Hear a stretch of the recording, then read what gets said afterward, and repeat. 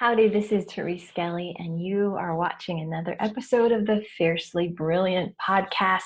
Woohoo! This is the place that we help you run a business based on your brilliance and actually run your life using all the gifts you were given and living out your purpose. All right, so today I want to share a story with you. The title of this podcast is called, Does Your Business Make You Cry? And here's where that comes from.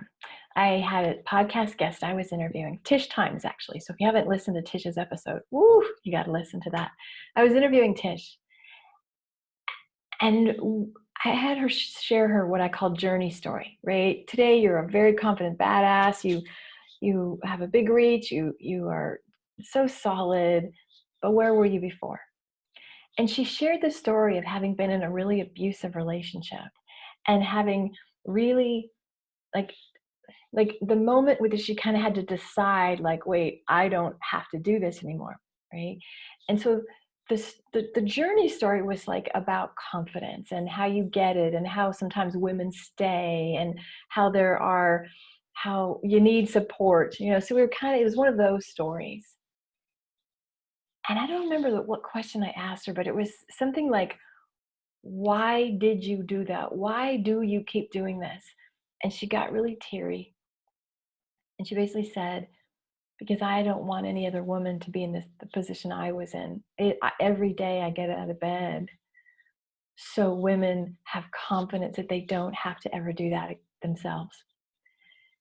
And it was really an interesting, here's a quote business podcast interview, and she's kind of crying, and it was really sacred. And I've had those moments too, where when I talk about my mission and what gets me out of bed, I get really teary. It's as if there's something about speaking our truth, like when we're like, oh, this is my work. It's almost like you cry because it's so beautiful and it's so big. And I don't know that you get there all the time. Like my whole thing today is, does your business make you cry? And not make you cry because it sucks or it's losing money or you're frustrated, not those kind of tears, like truth tears. Like when it's so touching, so big, it's as if your soul is like in front of you revealing like this. So if you don't have that experience, let's talk about that. And this is, I'm not coming from a place of shame. I'm not trying to make you wrong. Maybe you have a beautiful scaled business that's creating a boatload of money and you're happy with that. Like, props to you, right? And I know that there are some, and usually the people that follow me are going to be mission driven. And what I mean by that is, very often our business is our ministry. Not that we're trying to convert souls, but what I mean by that is it's our work in the world. It's our purpose, right? And we get to live out our purpose through the service we do in our business. And so this whole point of, does your business make you cry? If you tap into that, you can endure anything else. And that's what it was with Tish. Now I remember the conversation. You've heard me talk about, or if you haven't, keep listening. You'll hear me talk about, we often collapse, right? We set a goal, we're moving into our purpose, we're like, yes, and then crickets, life kicks us in the head, things go wrong, things are difficult, and suddenly it's like, God, I should just get a job. And that was the question I asked her, like, what kept you going?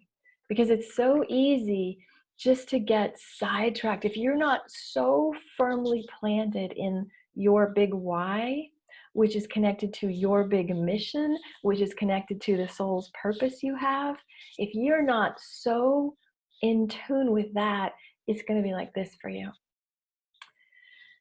So I teach a lot how to stop collapsing. So here's the thing. So you kind of tap into, wow, this is what I'm supposed to do. So, let's just say I'm supposed to be a coach. Whoa, we get a little thing. And in the beginning, we just follow oh, yay, I'd get to work for myself. Yay, I'd get freedom. Yay, I can make more money. Nobody tells me when I can go on vacation. We just have that like entrepreneurial, like escape, like, oh my God, I'm going to start my own thing. And then it's like, holy shit, what did I do? So sometimes we're super, super purposeful. I think most people are like zigzaggy, right? Like, I want to do it. Oh shit. Wait, we kind of do that. But if you look at your life, there is a thread that has unified you. You know, when I can't find it on my messy desk. I usually have like a little fairy wand. When I was in kindergarten and first grade, I would play fairies with my friend.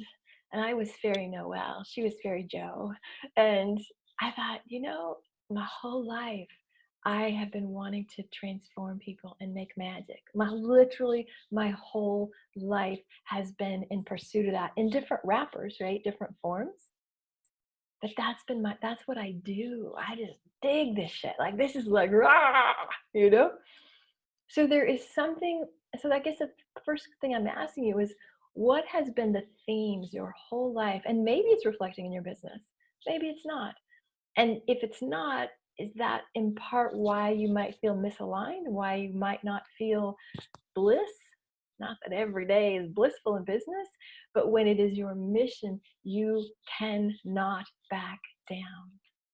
There is no plan B. There is no, well, if business doesn't work, I'll just go get a job. When it is your mission, it's like, stick it out. It's like a marriage or a very committed relationship where it's like, you know, I say to my clients, you need to put a ring on it. That means I'm not, if it gets hard, running. So what's your mission? Here's one thing that I say that really, if you can think about this, so start with who is the person that you are here to serve? Who is laying there at night in pain or struggling or in doubt or fear or in need of a solution that if they just had you, their life would open up? Who is the solution that if they say, God, please, please, please send me something. Please give me a sign. Because I really believe somebody is praying for you.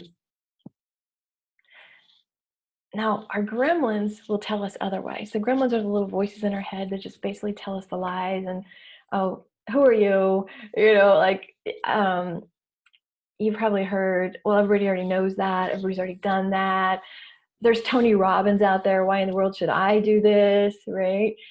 And yet, on a soul level, I really believe that our people are our people. The people that I'm supposed to touch and work with, they might have gone to a Tony Robbins thing, but I'm the one that has the magic that will unlock. So what if in your bones you knew? So let's just start there. Can you accept? Can you get to the point of saying, maybe that's true? If you knew that somebody out there was literally hitting their knees or laying their head on their pillow each night going, please, please, please send me somebody, and you knew you were that person, how would you show up differently? If you knew you were an answer to somebody's prayer, how would it change things for you? What I hope it changes is that you get over your small self. You get over, oh, I can't charge that much. Oh, I don't want to be a bother. Oh, hell no, not in this case, right? Like I say to my clients, like, if you had a cure to cancer, would you go, I don't want to be pushy. I don't know. I feel weird, asking somebody. No, you wouldn't. And your solution, if it's web design or massage or hypnosis or weight loss or whatever it is, you have to value your stuff such that to your right person, it is tantamount to the cure of cancer, right? And I'm not just blowing smoke up your ass. I just want you to get like, oh, my work is that important to somebody. So are you making it that important to yourself? Like, because what happens is when I teach sales, I talk about the difference between being transactional and transformational. We focus on transaction. We focus on, can I really charge this? Will anybody pay that? Am I enough to do that? Like we focus on, God, that much for an hour, that much for 6 months. We focus on literally the transactional value of it versus the transformational aspects of it. How will they be different as a result of my work? Okay. So if you don't understand that transformational aspect, you also then can't understand that there's literally somebody praying for you. So I want you to just take a moment and just tap into the place inside of you that was kind of given the gift, whatever your gift is. Can you find it? It's for me, it's bigger, like I could cry. Like, it's so much bigger than me.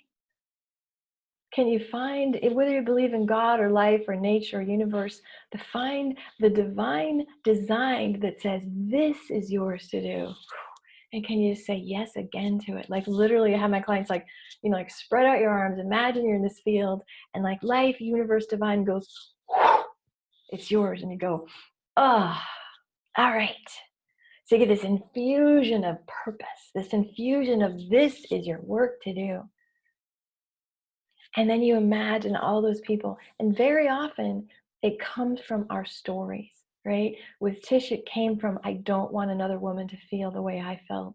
I want to spare as many people as I can from the pain that I endured. Very often, if you have kind of an overcoming story like I do, you don't want anybody ever, ever to feel that again. And so, number one, get it in you. You must understand the what, why it matters, and the who it matters to. And so when you're writing marketing copy, when you're going to do a newsletter or go networking or just sitting in your office doing the work, right? You're on Facebook. Instead of like, oh, me. What should I say? What do I want? No, not that we can't factor ourselves in. Of course you should do that. But imagine if every day you were like, this is to reach the person that's praying for me. I'll show up for that. Because when you are so connected to that mission, doesn't matter what goes on up here or down here, I should say, right? This is the North Star. This is the anchor. This is the thing like, okay, doesn't matter. Next, doesn't matter. I can keep going because it guides you. It always guides you. It will not let you down. A little bit esoteric today, kind of deep stuff. But I know from all the clients I've worked with, the number one problem, and I do it myself, like I'm not immune, is we collapse. We're all excited one day and then we don't see the results. Or, I'm recording this in the middle of the coronavirus, the pandemic. It's kind of hard to work right now. I think we're all a little blown away, right? And it would be easy just to retreat to fear. And something in me is like, no, I have to still lead. I still have to lead. I still have to help the people that are mine to help. Doesn't matter if I feel blown away. Doesn't matter if I feel scared or I'm in the collective paralysis as we're kind of quarantined here. You still have to lead. You still have to get up and serve your people. So when you can get to the point where your business makes you cry, talking about why it matters. So that's a great question. Why does it matter? Who does it matter to? What's going to happen if your people don't get your solution? What are they at risk of? What are they going to lose? And conversely, how is their life going to be different when they get it? Whew, that shit drives me. I get out of bed every day. I put posts on Facebook. I write books. I do everything I do because I know mine to do. So I really hope you know yours to do as well. And if not, I hope my tips today have helped you formulate a way to get there, to like really like, oh, I understand that. Okay, I get it. It will inspire you to keep going. And it'll make your work life a lot richer. Okay? So I hope you've enjoyed this. And as I always say, I'd love to hear from you. Email me, and there's the dogs. Okay, of course, they always jump in as I'm on a podcast. Email me at ts@thereseskelly.com. Let me know what you got out of this. And I would love, seriously, I'll write you back because I like that stuff. I would love to hear what your mission is, like why it matters. Feel free just to send me any of that stuff. I would love to have that email conversation with you. And if I can support you in any way moving forward, reach out. It would be a blessing to do so. And if you enjoyed this episode, leave a review, leave some comments, send it to a friend. All right, and we'll see you on the next one. Bye now. Much love.